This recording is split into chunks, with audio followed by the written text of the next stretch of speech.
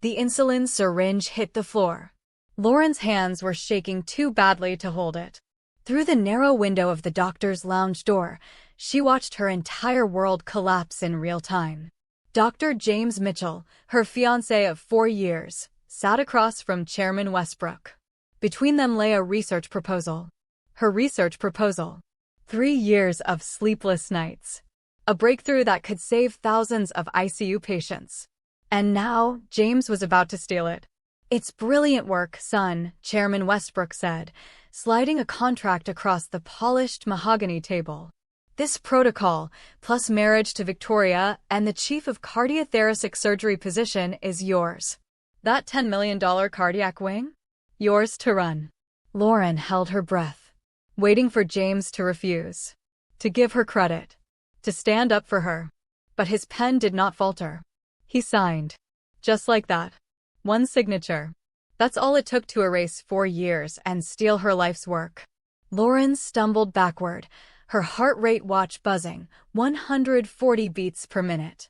She had to leave. Now. Before they saw her. Before she completely fell apart. But as she turned to flee, a deep voice stopped her cold. "Leaving so soon, Miss Okoye?" She spun around. A man stood in the shadows near the pharmaceutical supply room. Tall, easily 6'2". Impeccably dressed in a charcoal Tom Ford suit that probably cost more than her yearly salary. Sharp Korean features. Salt and pepper hair styled perfectly. And eyes, dark, intense eyes that seemed to see straight through her scrubs to her shattered soul.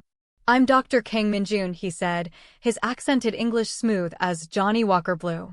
"And I believe we can help each other destroy the people who just tried to destroy you." Hey besties, before we see what Lauren does next, don't forget to smash that subscribe button and hit the notification bell. This story is about to get absolutely insane.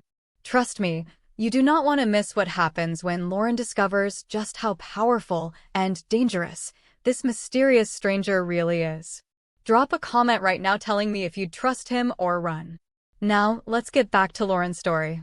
Lauren's hands were still shaking. "Who are you?" she whispered. "How do you know my name?" "I know more than your name, Miss Okoye." He stepped closer. She caught his scent, cedar and bergamot, something expensive she couldn't identify. "I know you graduated top of your class at Columbia.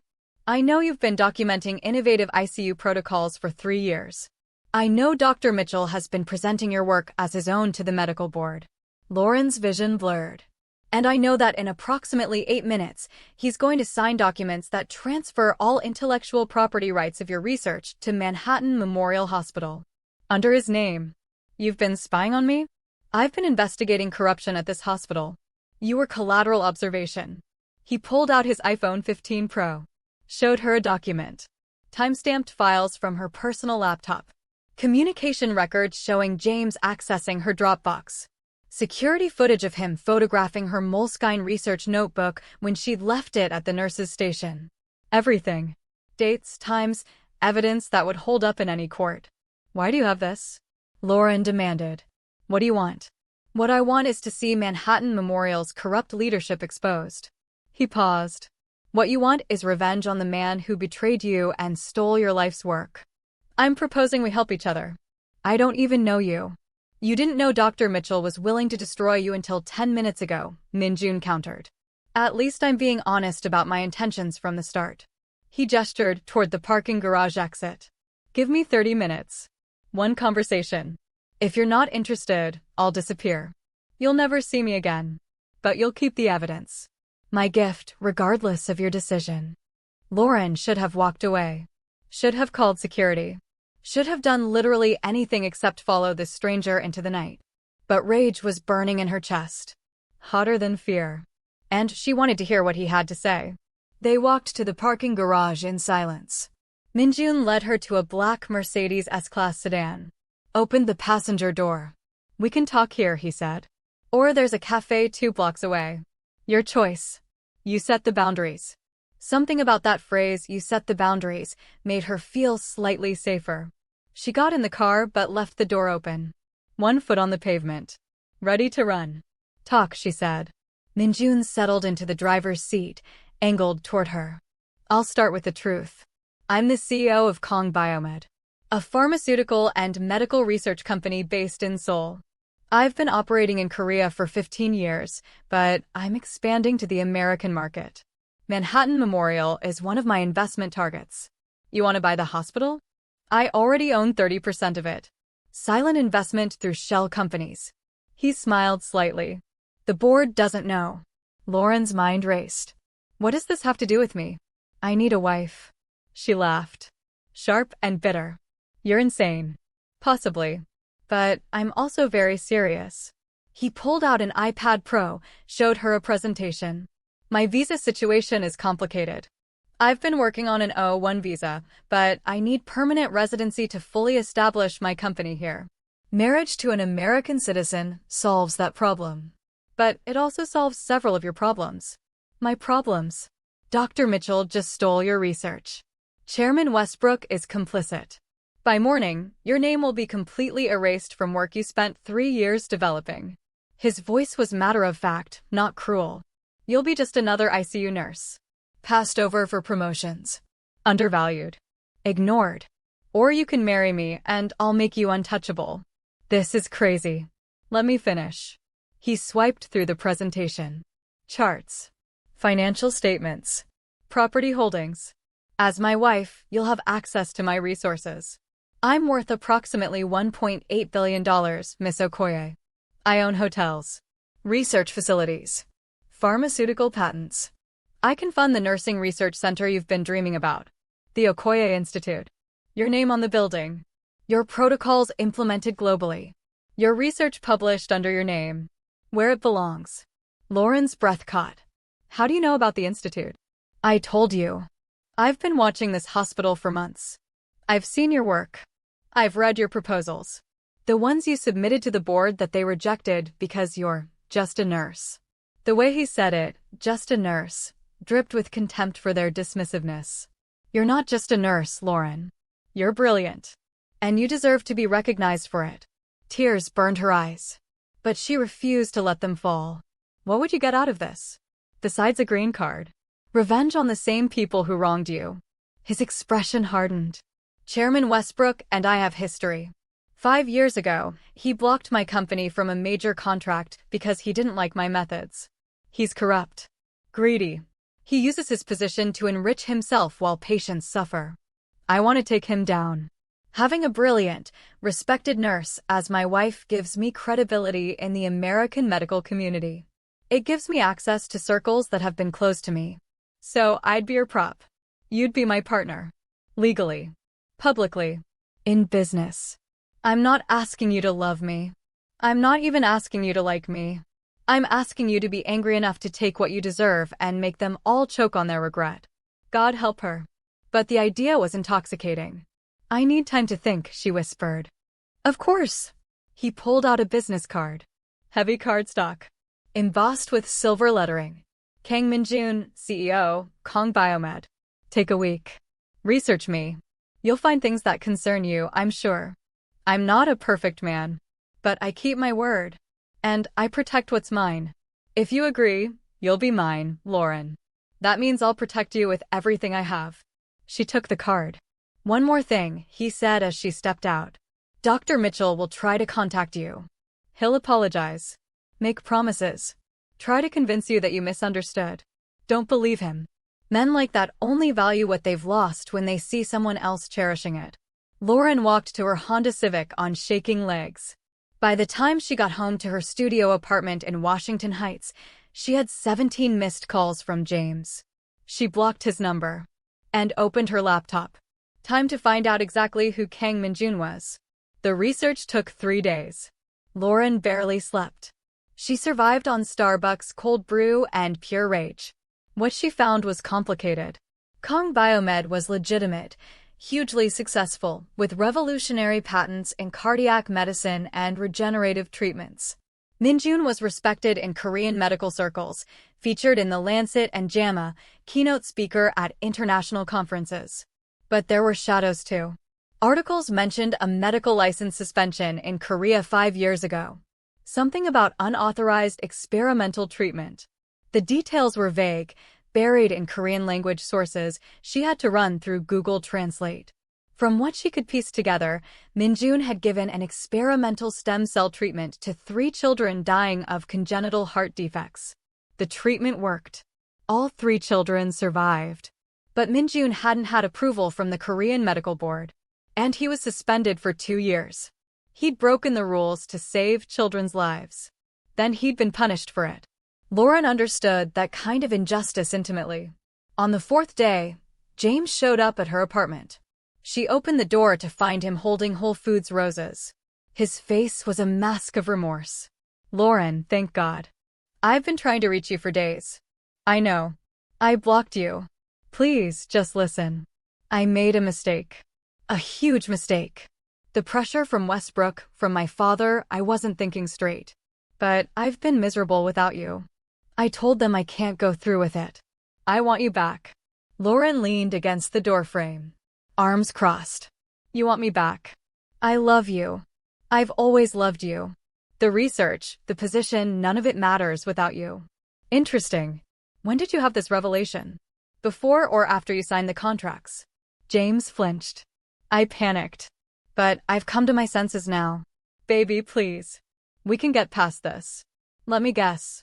Victoria wasn't as sweet as they promised. And Westbrook is demanding you actually produce results based on my research, which you can't do because you don't understand it. So now you're crawling back to your backup plan." Silence. "Then, it's not like that. It's exactly like that. You traded me like I was nothing, James. You stole 3 years of my work.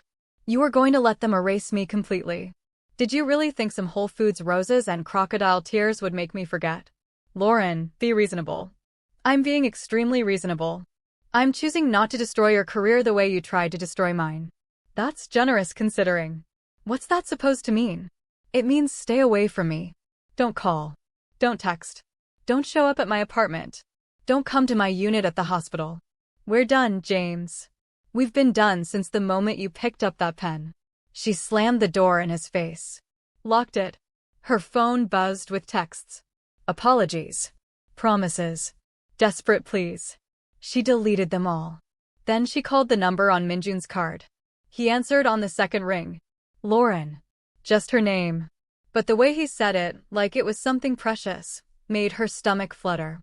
"I have questions. I have answers. Did you really give experimental treatment to dying children without approval?" A pause. Then, direct, yes. "Why?" "Because they were going to die otherwise.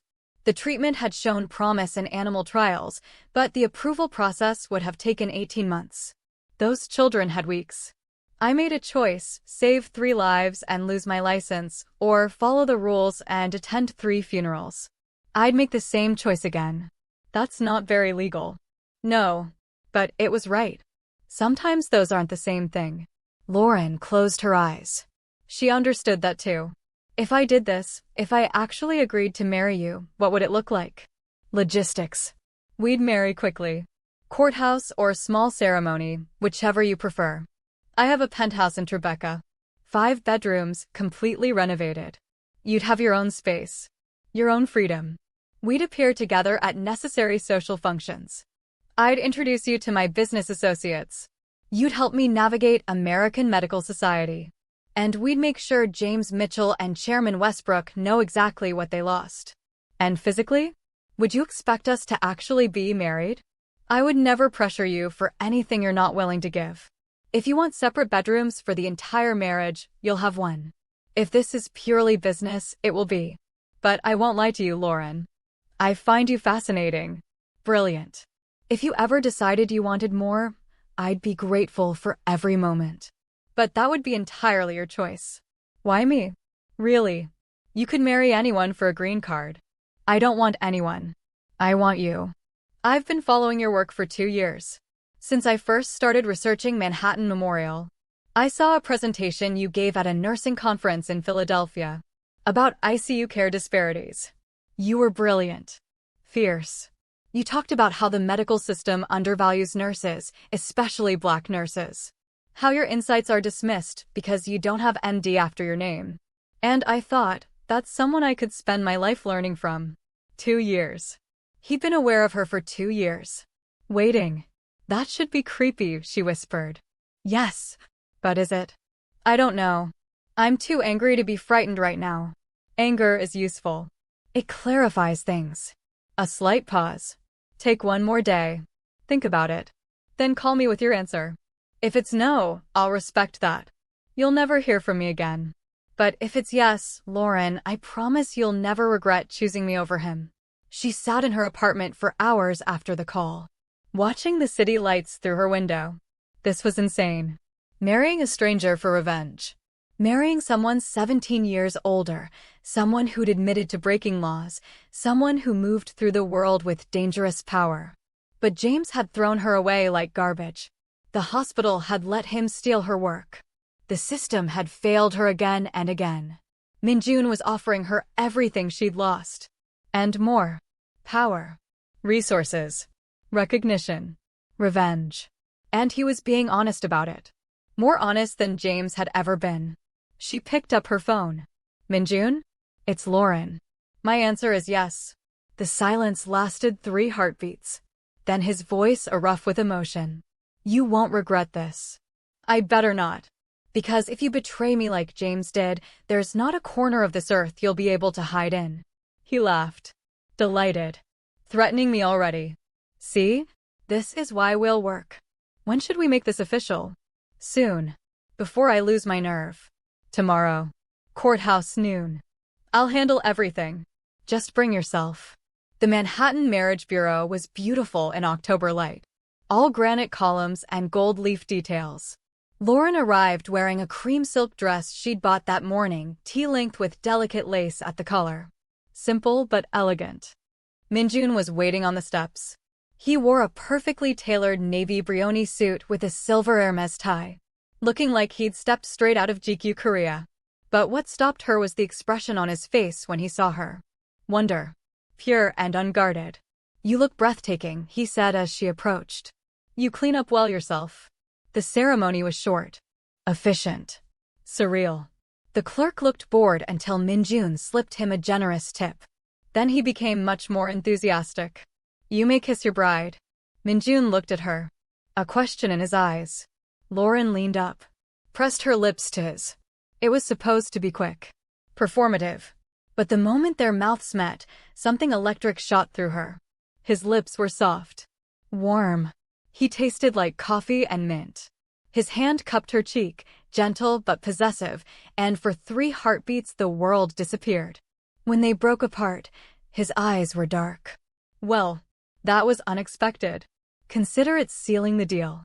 Then it's the best business transaction I've ever made. Lauren Okoye became Lauren Kang. Just a signature and her entire life changed direction. Outside, a Mercedes S-Class waited. This is Elric, Min-jun introduced the driver. He's been with me for 15 years. Elric smiled warmly. Welcome to the family, Mrs. Kang. Congratulations. The word family settled strangely in Lauren's chest. The penthouse took her breath away. Floor-to-ceiling windows. Panoramic city views. Modern but warm design. The master bedroom is through there, Min-jun said. But I've prepared a suite for you on the opposite side. Your own bedroom, bathroom, walk-in closet. The suite was beautiful. Soft grays and blues. Fresh white roses. And the closet, an entire wardrobe. Professional wear. Casual clothes. Elegant dresses. Everything in her size. I took the liberty of having clothes delivered. If anything doesn't fit, we'll exchange it. They're perfect. Thank you. There's one more thing. He pulled out a Cartier box.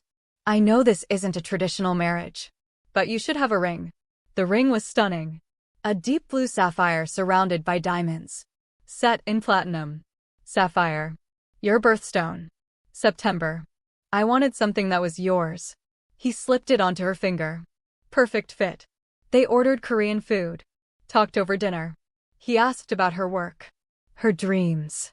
Her plans for the institute. He listened. Really listened. Asked intelligent questions. You think differently than most medical professionals. You see the whole system. That's what nursing is. We see how everything connects. But the system doesn't value that perspective. It will change. When you have your own institute. They'll have no choice but to listen. You really think we can pull this off? Min-jun reached across the table, covered her hand with his. Lauren, I've spent 15 years building an empire from nothing. I know how to make the impossible happen. And you're brilliant enough to match me. Together, we're unstoppable. 3 weeks passed in suspended reality. Lauren continued working at the hospital. She'd given her notice. Min-jun had offered to fund her exit immediately, but she insisted on finishing her patient commitments. They fell into a routine. Coffee in the mornings. Work during the day. Cooking together in the evenings. Old movies at night. Long conversations about everything and nothing. Slowly, carefully, building something real. The chemistry between them was undeniable. Little touches. Lingering looks. The way her pulse jumped when he smiled. But Min-jun never pushed. Never assumed. He was perfectly, frustratingly gentlemanly. Until one night watching Casablanca. Can I ask you something? Lauren said. Always. Why haven't you? I mean, we're married, but you haven't actually touched me. Beyond hand-holding. His gaze went molten. Intense. Because you're not ready. And when you are, you'll tell me. How do you know I'm not ready? Because when you are, you won't ask questions. You'll simply take what you want. You're not passive, Lauren. When you decide you want me, I'll know. The challenge in his voice ignited something in her. And if I decided right now, then I'd ask if you're sure. If this is what you truly want. I'm sure. I want you, Min-jun. Something shifted in his expression. Control giving way to want. Then come here. The next morning, Lauren woke in Min-jun's bed. Sunlight streaming through windows. He was already awake. Propped on one elbow. Watching her with tender eyes. Good morning, wife. She smiled. Good morning, husband. Regrets? None. Being with you could never be a regret. He brushed hair from her face. I should tell you something. Now that we've crossed this line, I'm already halfway in love with you. Her breath caught. Min-jun, you don't have to say anything. I just wanted you to know where I stand. He kissed her forehead. Now, we have an important event tonight. Are you ready to make our public debut? The event. Manhattan Memorial's annual fundraising gala. The $10 million night. Where James would be presenting. Her research. I'm ready. Let's show them what they lost.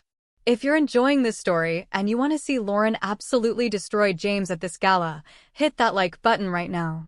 And drop a comment telling me what you think Min-jun has planned. Subscribe because trust me, the confrontation is about to get savage. You don't want to miss this. Now, let's get to the best part. The gala was at the Plaza Hotel. Dripping with opulence and old money. Lauren wore a midnight blue silk gown that hugged every curve. Slid up one thigh. Back plunging scandalously low. Her natural hair styled in elegant twists. The sapphire ring catching light with every movement. She looked expensive. Powerful. Untouchable. Min-jun in his tuxedo was devastating. They looked like money and danger and success. Eyes tracked them as they entered. Remember, Min-jun murmured, his hand possessive on her lower back, you're untouchable now. Mrs. Kang. My wife. Let them stare. And stare they did. Colleagues from the hospital did double takes. Board members whispered. Doctors who'd dismissed her ideas. Nurses who'd been jealous. All watching her walk in on the arm of a man who radiated power. Min-jun introduced her to investors. Pharmaceutical executives. Hospital administrators. Everyone treated her with respect bordering on reverence. They respected her because she was his. After years of being treated as less than, being treated like a queen was intoxicating. They were at the bar when it happened. Lauren. She turned. James stood 3 feet away, looking like he'd seen a ghost. Victoria was on his arm, bored and beautiful in red. James. Victoria. How nice to see you both. James's eyes darted to Min-jun. To the ring on Lauren's finger. What is this? Who are you? This is my husband. Dr. Kang Min-jun. Min-jun, this is Dr. James Mitchell and Dr. Victoria Westbrook. Min-jun's smile was sharp. Indeed. Dr. Mitchell, the cardiothoracic surgeon. And Ms. Westbrook, the chairman's daughter.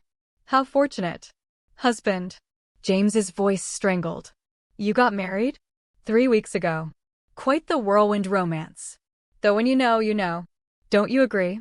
Victoria's eyes narrowed. Kang. That name sounds familiar. I'm the CEO of Kang Biomed. We hold several revolutionary patents in cardiac medicine. In fact, we're Manhattan Memorial's largest private investor, though that's not widely known.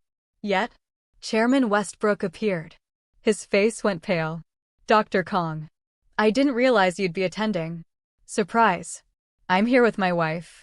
You remember Nurse Okoye? Though she's Mrs. Kang now. Westbrook's expression cycled through shock and calculation. Mrs. Kang. Congratulations. Thank you. Though I'm surprised to be congratulated by you, Chairman Westbrook. Last I checked, you'd approved the theft of my research and the erasure of my name from work I spent 3 years developing. The people around them went quiet. Conversations trailing off. I don't know what you're talking about, Westbrook said stiffly. Don't you? Min-jun pulled out his phone. Tapped buttons. One of the large screens, set up for presentations, flickered to life. Lauren's research appeared. Time-stamped files. Security footage of James photographing her notebook. Email chains showing Westbrook's approval of the intellectual property transfer. Every piece of evidence. The room erupted in whispers. This is inappropriate, Westbrook blustered. This is a private event. And this is intellectual property theft, which I, as a major investor in this hospital, take very seriously, especially when it involves my wife's work. James's face had gone white. Lauren, let me explain. Explain what? That you stole my research? That you were planning to present it tonight as yours? The evidence is pretty clear. Victoria stepped away from James. Her expression disgusted. Is this true? You stole her work. It's complicated. It's really not, Lauren said. I developed ICU protocols. You took them. You put your name on them. You are going to use them to secure the chief position. That's called plagiarism, James. And theft. Dr. Becca Martins from the board approached. Mrs. Kang, is this research yours? Every word. I can provide my original notes. My personal files. Testimony from ICU staff who watched me develop these protocols. I can prove it's mine. Then we have a serious problem. Dr. Becca looked at Westbrook. This needs to be investigated immediately. I agree, Min-jun said. In fact, as of tomorrow morning, I'll be increasing my investment stake in Manhattan Memorial to 40%, which gives me significant voting power on the board. And my first order of business will be ensuring that intellectual property theft is taken seriously and that the people responsible are held accountable. Westbrook's face purpled. You can't do this. I can. I am. You've been running this hospital like your personal kingdom for too long. It's time for new leadership. Leadership that values all medical professionals, not just the ones with MD after their names. The crowd was silent, watching the takedown. James grabbed Lauren's arm desperately. Please, don't do this. We can talk about this privately. Min-jun's hand shot out, gripping James's wrist with enough pressure to make him wince. Touch my wife again and you'll lose the hand. James released her immediately. Stepped back. Let me make this very clear, Min-jun continued, his voice carrying across the ballroom. Lauren Kang is under my protection. Anyone who attempts to discredit her, steal from her, or harm her career in any way will answer to me. And I promise, you don't want that. The threat hung in the air. Dr. Becca cleared her throat.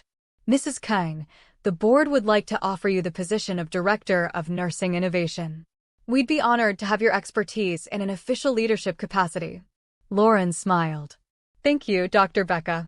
That's very generous. But I'm going to have to decline. Shock rippled through the crowd. I'm building my own institute. The Okoye Institute for Nursing Research and Innovation. With full funding from Kang Biomed, we'll be implementing evidence-based nursing protocols across multiple hospitals. We'll be training the next generation of nurse researchers. And we'll be proving that nursing expertise is just as valuable as physician expertise in improving patient outcomes. She looked directly at James. I don't need Manhattan Memorial. I don't need your approval or your positions. I'm building something better. Something that actually values the work I do. The applause started slowly, then built. Nurses in the crowd. Other hospital staff who'd been overlooked and undervalued. They were clapping. Some were even cheering. Min-jun pulled her close, pressed a kiss to her temple. "Magnificent," he whispered. As the crowd dispersed, still buzzing, Victoria ripped into James. Lauren watched with satisfaction as Victoria stormed off alone. Chairman Westbrook tried to approach, but Min-jun stepped between them. "I think you've done enough damage for one evening. My lawyers will be in touch about the investigation. I suggest you start preparing your resignation." After Westbrook slunk away, Lauren let out a shaky breath. "Did that really just happen?" "It did. And you were perfect." Min-jun handed her champagne. "To new beginnings." She clinked her glass against his. "To revenge. And to us," he added softly. "To us," she agreed, and meant it. They left the gala early. In the car, Lauren couldn't stop laughing, giddy with adrenaline and triumph. "Did you see James's face? I thought he was going to pass out. I was more interested in watching you destroy them all with perfect composure. You were devastating." At home, he poured wine. They sat on the couch, still in formal wear, rehashing every moment. But as the adrenaline faded, something else took its place. Lauren looked at this man who'd given her everything, who'd seen her value when everyone else dismissed her, who'd stood beside her and made her untouchable. "Min-jun." "Yes. Earlier, you said you were halfway in love with me." "I did. What if I told you I'm already all the way there?" He went very still. "Are you?" "Yes. I think I started falling the night we met. When you saw me, really saw me, in a way James never did in 4 years. When you offered me not just revenge but partnership. Respect. A chance to build something meaningful." "Lauren." His voice was rough. "I know this started as a business arrangement. A marriage of convenience. But it doesn't feel convenient anymore. It feels real." He cupped her face in his hands. "It is real. From the moment I saw you at that conference 2 years ago, I knew you were someone extraordinary. Someone worth waiting for. Worth fighting for. You waited 2 years? I would have waited 10. 20. However long it took for the universe to bring you to me." He kissed her soft and reverent. "I love you, Lauren Kang. Not what you can do for my business. You. The woman who's brilliant and fierce and brave enough to burn down everything that tried to diminish her." She kissed him back, pouring everything she felt into it. "I love you too. My dangerous, patient, impossibly romantic husband." 3 months later, Lauren stood in front of the Okoye Institute, watching the sign go up. The building was beautiful. State-of-the-art research facilities, training rooms, a library dedicated to nursing scholarship. Min-jun stood beside her, his hand warm in hers. "Your mother would be proud," he said quietly. "I wish they could see this." "They can. And they know you did it yourself. On your own terms. With someone who values everything you are." Her phone buzzed. A message from an unknown number. She almost ignored it, then saw the preview. "James, I saw the article about the Institute. You won. Are you happy now?" She showed Min-jun, who raised an eyebrow. "Are you going to respond?" Lauren thought about it, then typed, "I'm not happy because I won. I'm happy because I finally found someone who sees my worth. The victory was just a bonus. I hope you find whatever it is you're looking for, James. Just don't look for it by stealing from others." She hit send, then blocked the number. "Closure?" Min-jun asked. "New beginning." She turned to face him. "I don't need to think about James or revenge anymore. I have everything I actually wanted. Meaningful work. Respect. Love. The real kind that doesn't come with conditions." He kissed her. Cameras flashed. They'd become something of a power couple in medical circles. The pharmaceutical CEO and the nursing research pioneer. That evening, they hosted a gathering at the Institute. Nurses from around the city. Researchers. Physicians who valued collaborative care. Dr. Becca was there, along with several board members who'd supported cleaning house. Westbrook had resigned. James had been demoted, his research privileges revoked. Victoria had moved to Boston, far from the scandal. But Lauren wasn't focused on their failures. She was focused on the future. On the young nurses looking at the Institute with hope. on the research proposals flooding in, on the change they were going to make. Min-jun found her on the rooftop garden as the sun set. Everything okay? Everything's perfect. She leaned into him. Thank you for all of this.